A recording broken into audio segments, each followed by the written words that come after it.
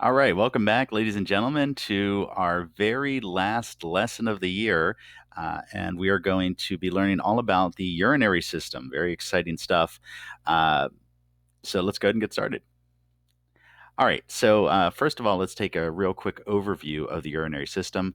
The urinary system starts with your kidneys, and the kidney's job is to filter the waste products out of your blood. So, there's a stuff called metabolic waste. It's produced by your cells, and it's mostly nitrates. It's like nitrogen based compounds that your body has to get rid of.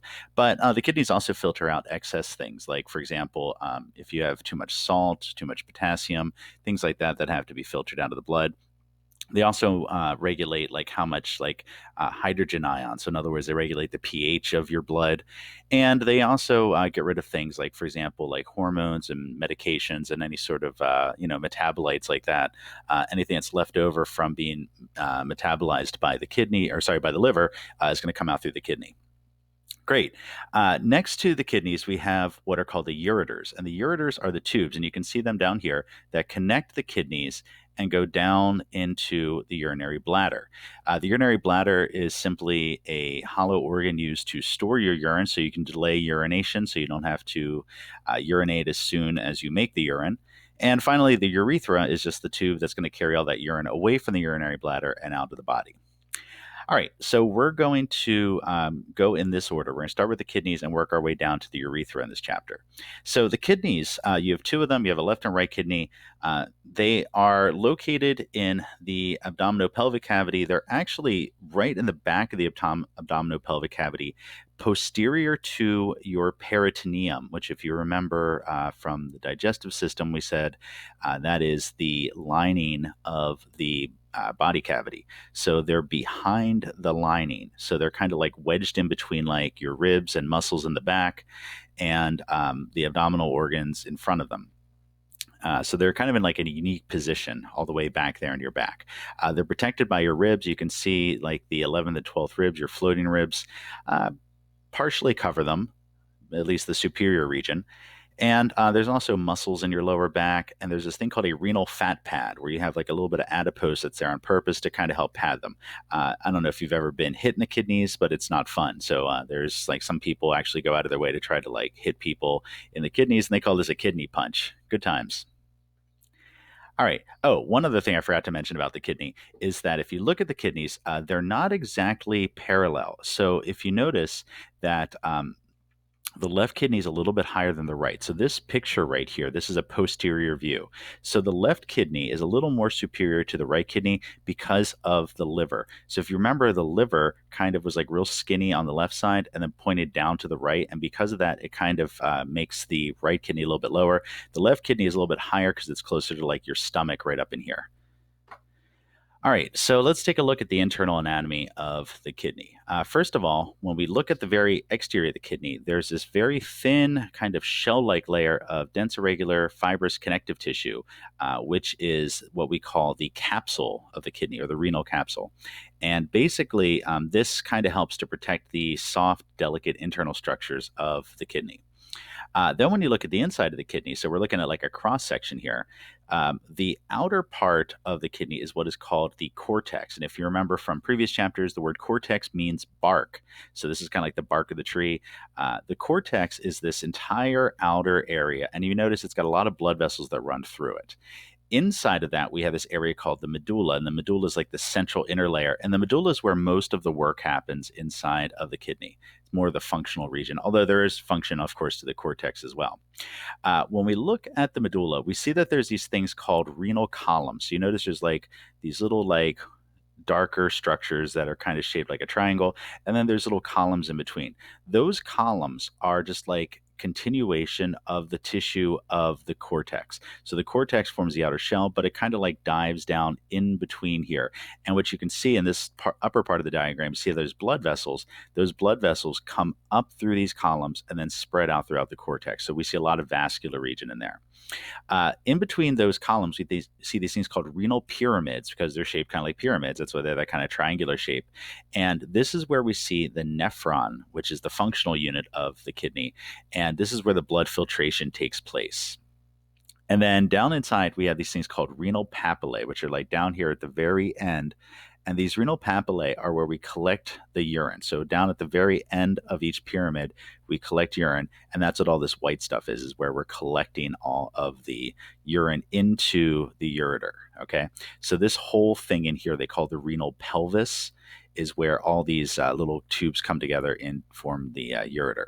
All right. So in the middle of the, like on the medial side of each kidney, you'll notice that there's like this little indentation, which gives it that kind of like kidney bean shape. And this little indentation is what we call the renal hilum. And so it's this little concave area. And this is where everything comes in or out of the kidney. So, for example, we have blood coming in through the renal artery. We have blood going back out through the renal vein. We have the renal nerve that enters in through here. And we have the ureter that comes out. So, all the tubes basically attach here at the hilum. And so what we find out is the renal vein is going to send the filtered blood back to the heart. So after the kidney has done its job and filtered your blood and gotten rid of all the stuff that you want to get rid of in urine, this sends it back to the rest of your body.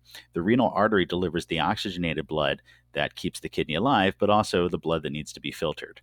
The nerve, of course, provides nerve support, and the ureter, of course, is going to drain the waste product or urine away. So this is just like a little bit close-up view, and you can see how all these things kind of work together. And the kidney is a very busy organ. It's very got a lot of stuff going on, no waste here. But anyway, you can see how these blood vessels, so for example, here comes your renal artery. It comes in, and then it branches to go up through those columns. It makes little tiny arterioles out here out in the cortex. And same thing with the vein. We have a bunch of venules that are going to combine into larger veins and then come out through the renal vein. All right, so the next thing to study on the kidney is what is called the nephron. And we mentioned these a little bit before. The nephron is the functional unit of the kidney. So if you understand how a nephron works, you basically understand how the entire kidney works. So everything in the kidney is basically supporting these nephrons. And so a nephron, there's one, and this is what this illustration is down here on the side. Basically, a nephron is a combination of a bunch of blood vessels and tubes. And the tubes are used to collect urine, or what we call filtrate it first. Eventually, it becomes urine. So that's where all the stuff that gets filtered out of the blood goes. And then the blood vessels are used to both deliver the blood that's going to be filtered, but also to recover the valuable nutrients that get into the filtrate. So basically what happens is in the nephron is that the blood goes into the nephron, it dumps a whole bunch of solutes, a whole bunch of things that are dissolved into it, into these tubes, and then we suck out all the good stuff to put back into your blood and get rid of even more bad stuff, so that basically when you're done, your blood continues on to the rest of your body, keeping all the things that you need and gets rid of all the stuff that is either toxic for you or that you have too much of or that you don't need.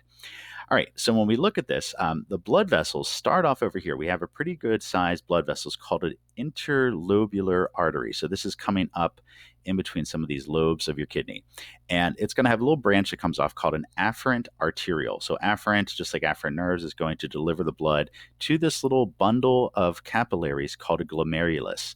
And the glomerulus is really important because it's capillaries, but they're unique in that they are under a lot of pressure, a lot more pressure than most capillaries.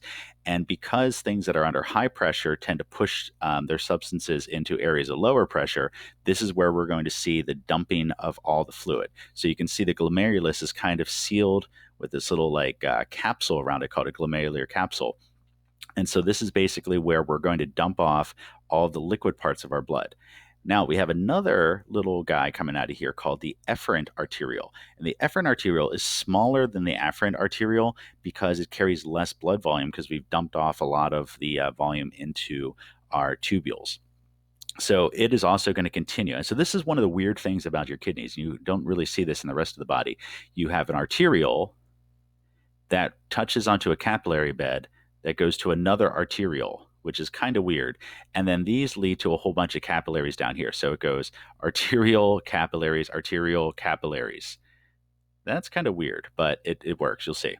Anyway, and then we have these peritubular capillaries that surround the tubes of the nephron. So these guys all run around these tubes, and basically they're going to be very important in like the formation of your urine, and then they collect back into a venule and then go back through this interlobular vein. So it's just like we're temporarily in this nephron and then we go back out. All right, so the tubes, the couple different regions of tubes. Around the glomerulus, we have this thing called a Bowman's capsule, also known as glomerular capsule. And I think Bowman's capsule is kind of like fading out. I think they're trying to get rid of people's names and all these things. But Bowman's capsule basically wraps around the glomerulus, and this is where we pick up all of the filtrate that's going to eventually become urine. Next to that is this little like folded area called the proximal convoluted tubule because it's close to the glomerulus, so it's proximal, and it's very folded up, so it's convoluted.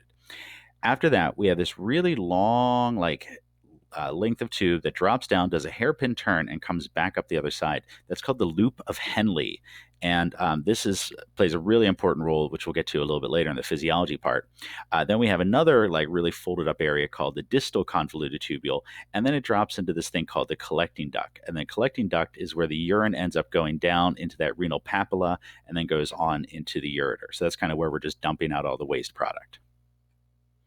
So this diagram is pretty nice. It shows you all the different blood vessels involved, starting with the renal artery, then it branches off into segmental, interlobular, blah, blah, blah. There's a whole bunch of little tiny arteries that branch off into further and further regions of the kidney is what this is trying to tell you. Finally ending up with the blood in that afferent arteriole, which leads to the glomerulus, onto the efferent arteriole, onto those peritubular capillaries, which run all the way around the nephron, and then it's collected through the venules and veins and then leaves the kidney. And then this is just the diagram I was showing you with all the different blood vessels. And you can see how there's two capillary beds. So it's very important for the kidney to function. All right. Well, so that was enough fun for one little lesson. So let's go ahead and take a break. Get yourself something to drink. Not too much. You don't want to have to make a pee break in the middle of this. But we'll be right back with part 2 of the urinary system.